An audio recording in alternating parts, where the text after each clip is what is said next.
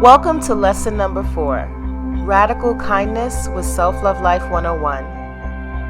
Today I want to talk about radical kindness, starting with the idea that radical kindness is directly connected to forgiveness.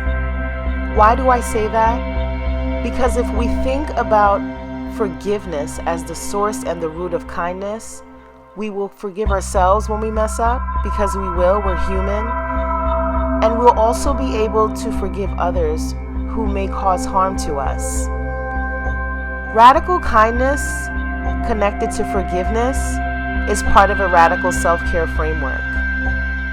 Erich Fromm tells us that love is the only sane and satisfactory answer to the problem of human existence. We know that being human comes with its challenges. We know that sometimes we may feel pressured or burdened, or bored, or overwhelmed with all the curveballs that life throws at us.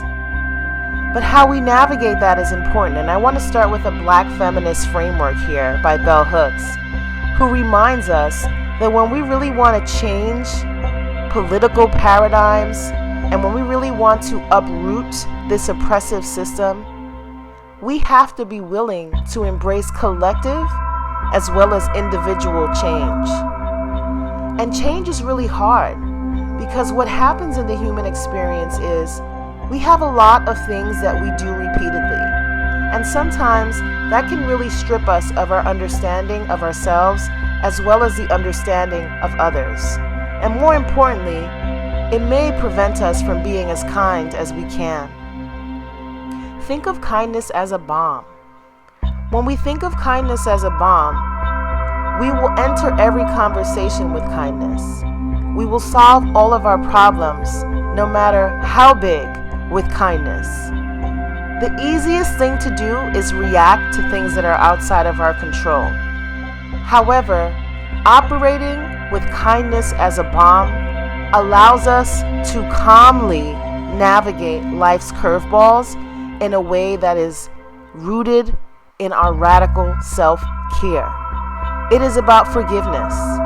It is about absolving ourselves when we make mistakes and others from a vicious cycle of unkindness.